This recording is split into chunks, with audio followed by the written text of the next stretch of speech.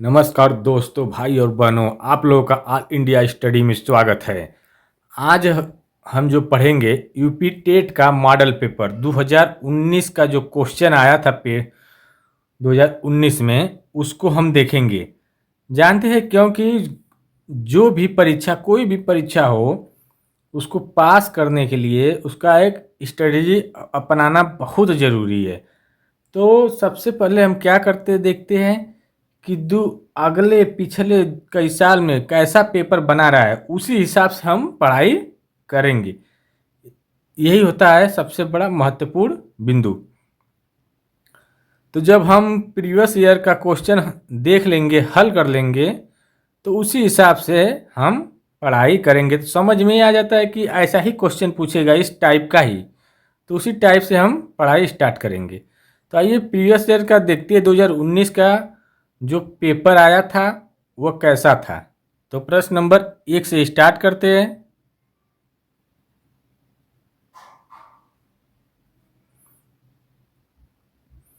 प्रश्न नंबर 1 जो कह रहा है, शिक्षण अधिगम प्रक्रिया का मुख्य उद्देश्य क्या है।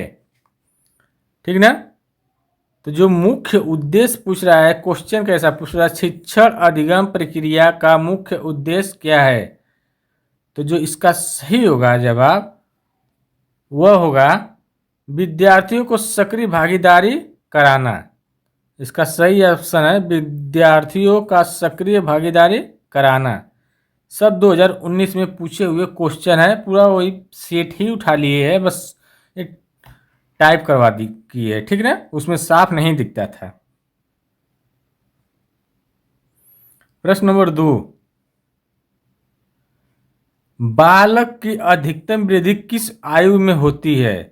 तो जो बालक की अधिकतम वृद्धि होती है वह किशोरावस्था में होती है। इसका जो सही जवाब है बी, किशोरावस्था होता जो है, यह उस उम्र होती है 13 से 19 वर्ष तक की उम्र किशोरावस्था मानी जाती है।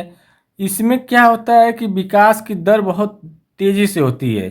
इस अवस्था में जो है शारीरिक, मानसिक और जो भावात्मक विकास बहुत तेजी से होता है। ठीक ना, इसीलिए इसको किशोरावस्था को विकास सबसे अधिक होता है, वृद्धि। प्रश्न नंबर 3, पियाजे के अनुसार ठोस संक्रियात्मक अवस्था किस आयु में होती है।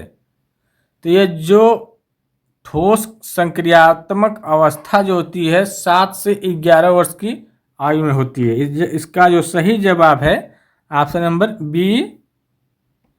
तो क्योंकि जब 7 से 11 वर्ष का बच्चा होता है तो वह तर्क करने वाल की अवस्था में आ जाता है, वो तर्क करने लगता है, वो और वस्तुओं का वर्गीकरण और उसके बीच में जो अंतर होता है उसको समझने लगता है। प्रश्न नंबर 4, कोहलबर्ग का नैतिक विकास सिद्धांत कितने चरणों में विभाजित है। तो यह जो चरण है, स्तर जो है 3 है, ध्यान रहे, स्तर 3 और चरण 6, प्रत्येक स्तर के 2 चरण। तो इसका सही जवाब है ऑप्शन नंबर डी। स्तर जो है, स्तर 3 है, ठीक ना। और जो चरण है यह 6 है, ये ध्यान रहे, स्तर 3 चरण 6। 3 स्तर कौन कौन से हैं, पूर्व पारंपरिक, पारंपरिक और उत्तर पारंपरिक स्तर होते हैं। 3 स्तर है। अगला क्वेश्चन देखते हैं, प्रश्न नंबर 5।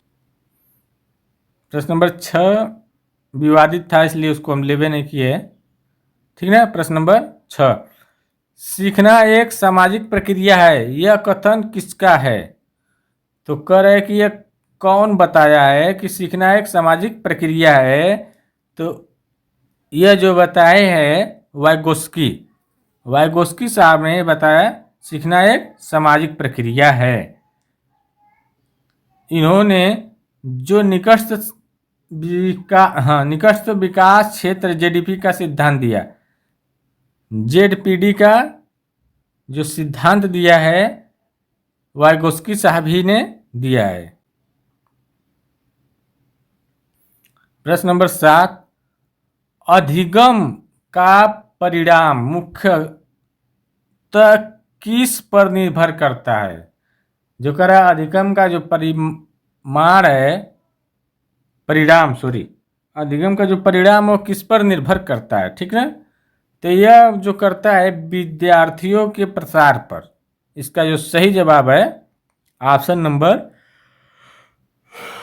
बी, क्योंकि विद्यार्थियों का प्रसार पर ही निर्भर इसलिए करेगा, विद्यार्थी उसमें रुचि और सक्रियता और भागीदारी के ऊपर ही निर्भर करता है, ठीक ना, अधिगम।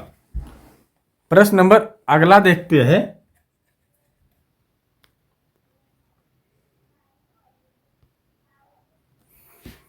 प्रश्न नंबर 8, सुदृढ़ीकरण की अवधारणा किस मनोवैज्ञानिक ने दी? तो जो ये दी रेनफोर्समेंट या जो अवधारणा थी ये स्किनर ने दी। इसका जो सही जवाब है स्किनर साहब ने। यह स्किनर साहब ने अनुबंधन सिद्धांत में जो सकारात्मक और नकारात्मक शुद्धिकरण की चर्चा की है, ठीक ना।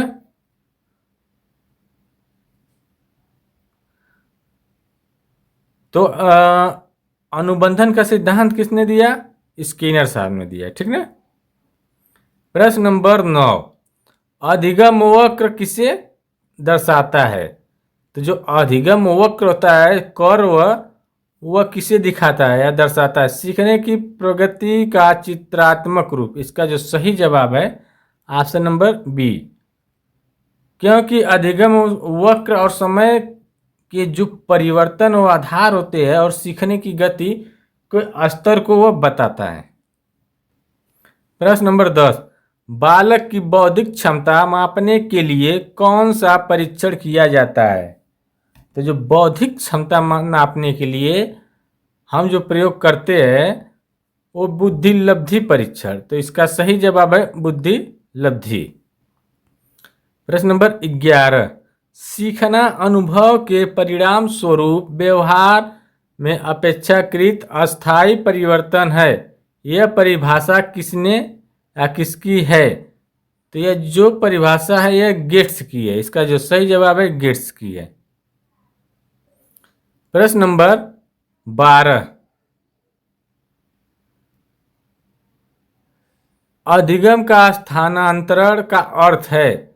जो अधिगम के स्थानांतरण का जो अर्थ होता है, एक परिस्थिति से सीखी हुई बात दूसरी परिस्थिति में प्रयोग करना, ठीक ना। इसका जो सही जवाब है बी। प्रश्न नंबर 13, ये जितने क्वेश्चन है ना 2019 का क्वेश्चन है, वहीं से सब उठा करके लाए हैं। तो आइए अगला देखते हैं। प्रश्न नंबर 13, मुक्त शिक्षा नीति का मुख्य उद्देश्य क्या है? तो जो इसका उद्देश्य है शिक्षा को रुचिकर और जीवन उपयोगी बनाना। तो इसका जो सही जवाब है ऑप्शन नंबर बी। प्रश्न नंबर 14, किस मनोवैज्ञानिक ने आवश्यकताओं का श्रेणीबद्ध सिद्धांत प्रस्तुत किया? तो यह जो किया मैस्लो। इसका जो सही जवाब है मैस्लो। मैस्लो ने मानव आवश्यकताओं को जो पिरामिडों के रूप में यह 5 स्तर में विभाजित किए। प्रश्न नंबर 15, ये क्या कह रहा है कि बाल विकास का अध्ययन किसे कहते हैं? तो जहाँ पर बालक की वृद्धि और विकास हो, ठीक ना। तो इसका जो सही जवाब है बालक की वृद्धि और विकास का वैज्ञानिक अध्ययन बाल विकास कहलाता है। प्रश्न नंबर 16, संज्ञानात्मक विकास का सिद्धांत किसने दिया? तो यह जीन पियाजे। इसका जो सही जवाब है बी। इसमें क्या है, पियाजे ने संज्ञानात्मक विकास को 4 अवस्था में बांटा है। पहला जो बांटा संवेदी गति अवस्था, दूसरा पूर्व संक्रियात्मक अवस्था, तीसरा जो है ठोस संक्रियात्मक और चौथा औपचारिक संक्रियात्मक अवस्था, 4 अवस्था में इन्होंने बांटा था। प्रश्न नंबर 17, अधिगम की सर्वश्रेष्ठ विधि कौन सी है? तो जो सबसे अच्छी विधि होती है उदाहरण द्वारा सीखना, इसका जो सही जवाब है बी। प्रश्न नंबर 18, समष्टिगत अधिगम सिद्धांत किसने दिया? गेस्टाल्ट लर्निंग, तो ये कोहलर साहब ने दिया। इसका जो सही जवाब है कोहलर। प्रश्न नंबर 19, सीखना व्यक्ति के व्यवहार में परिवर्तन है, यह कथन किसका है? तो ये जो कहे थे सीखना व्यक्ति के व्यवहार में परिवर्तन है, यह क्रो एंड क्रो। इसका जो सही जवाब है सी। प्रश्न नंबर 20 देखते हैं, व्यक्तित्व शब्द का अर्थ। व्यक्तित्व शब्द का जो अर्थ होता है व्यक्ति का संपूर्ण गुण व विशेषता। इसका जो सही जवाब है सी। व्यक्ति का जो शारीरिक, मानसिक, भावात्मक और सामाजिक सभी पहलुओं उसमें शामिल होते हैं। प्रश्न नंबर 21, शिक्षण में अधिकतम प्रभावशीलता कब होती है? तो जो सबसे अधिक प्रभावशील होते हैं बच्चा जब सक्रिय रहेगा, सक्रिय भागीदारी करेगा। तो इसका जो सही जवाब है ऑप्शन नंबर सी। प्रश्न नंबर 22, बालक जन्मजात रूप से सामाजिक प्राणी है, यह कथन किसका है? तो यह जो कथन है, ये जो कहे थे कि बालक जन्मजात रूप से सामाजिक प्राणी है, यह एरिस्टोटल ने कहे थे। तो इसका जो सही जवाब है ऑप्शन नंबर ए, एरिस्टोटल। प्रश्न नंबर 23, सृजनात्मकता का संबंध है। तो जो सृजनात्मकता का मतलब यह होता है कि नया, नवीन व मौलिक कार्य करने की क्षमता से। इसका जो सही जवाब है बी।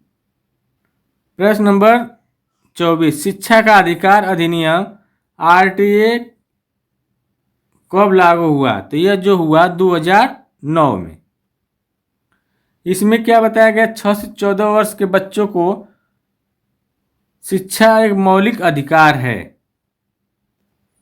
प्रश्न नंबर 25, शिक्षण अधिगम प्रक्रिया में प्रतिपुष्टि का क्या महत्व है? तो जो ये इसका जो मेन महत्व है, यह विद्यार्थियों को अपनी त्रुटि सुधारने का अवसर देता है। तो इसका जो सही जवाब है ऑप्शन नंबर बी। प्रश्न नंबर 26, अनुकरण द्वारा सीखना की धारणा किस वैज्ञानिक ने दी? तो यह बंडूरा ने दी। इसका जो सही जवाब है बंडूरा। यह सामाजिक अधिगम सिद्धांत दिए थे जिसमें अनुकरण प्रमुख है, ठीक ना। प्रश्न नंबर 27, बालक के सर्वांगीण विकास के लिए सबसे आवश्यक है? तो खेल और गतिविधियां। इसका जो सही जवाब है खेल और गतिविधियां। एक चीज है देख लेना, केवल अगर आ जाए तो पहले काट देना। देखो तीनों ऑप्शन में केवल ही है, काट करके 0 कर दिए। प्रश्न नंबर 28, मूल्य शिक्षा का क्या अर्थ है? जो मूल्य शिक्षा का जो मेन अर्थ होता है विद्यार्थी में नैतिक व चारित्रिक गुण विकसित करना ही मूल्य शिक्षा कहलाता है। तो इसका सही जवाब है बी। प्रश्न नंबर 29, सृजनात्मकता बालकों की सृजनात्मक बालों की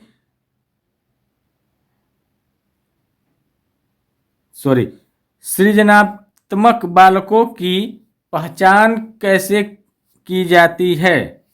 तो जो इसका जो सही जवाब है, वे नवीन विचार और समाधान प्रस्तुत करते हैं। Option number C. जो सृजनात्मक बालक होते हैं वह नया विचार और उसका समाधान कैसे होगा उसके बारे में सोचते रहते हैं। प्रश्न नंबर 30, बालक में समस्या समाधान क्षमता किस विधि से सबसे अधिक विकसित होती है? तो इसका जो सही जवाब है बी, समस्या आधारित शिक्षण से ही समस्या विधि अधिक विकसित होगी। इसका सही जवाब है बी। आज ये था 30 क्वेश्चन सीडीपी के जो 2019 में पूछे गए थे उसको बताए हैं। आज ही तीनों पार्ट हम बता देंगे। धन्यवाद।